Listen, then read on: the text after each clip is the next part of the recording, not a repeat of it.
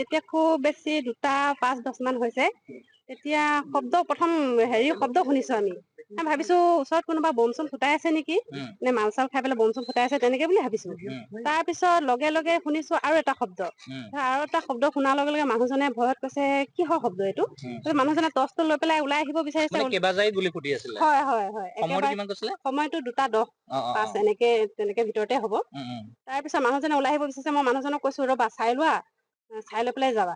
মানুহজনে আহি আধা ৰাস্তা পালেহি, আহি পেলাই কৈছে কিবা এইটোতো হেৰি নহয়, পুলিচৰ মাত শুনিছো, নিশ্চয় পুলিচ আহিছে, কি আছে জানো গম নাপাওঁ। তেতিয়া মই মানুহজনক কৈছো তুমি ঘৰলৈ গুচি আহা। তেতিয়া আকৌ লগে লগে আকৌ 3-4 মান আকৌ শব্দ শুনিছো আৰু। শব্দ শুনি যোৱাৰ লগে লগে আমি ভয় খাইছো, ছোৱালী দুজনীও ভয় খাইছে। ভয় খাই আমি পেকুৱা লাগি ভিতৰতে সোমাই আছো। তেতিয়া এই 3-3:30 বজাত তেতিয়া থানাৰ চাৰ এজনে আহি পেলাই আমাক মানে জনাইছে কথাটো আৰু এনেকুৱা বাহিৰলৈ ওলাই আহিছে নেকি? হয়, কি দেখা পাইছে? ওলাই আহি দেখিছো ছাৰসকলক দেখিছো আৰু পুলিচ ছাৰসকলক দেখিছো।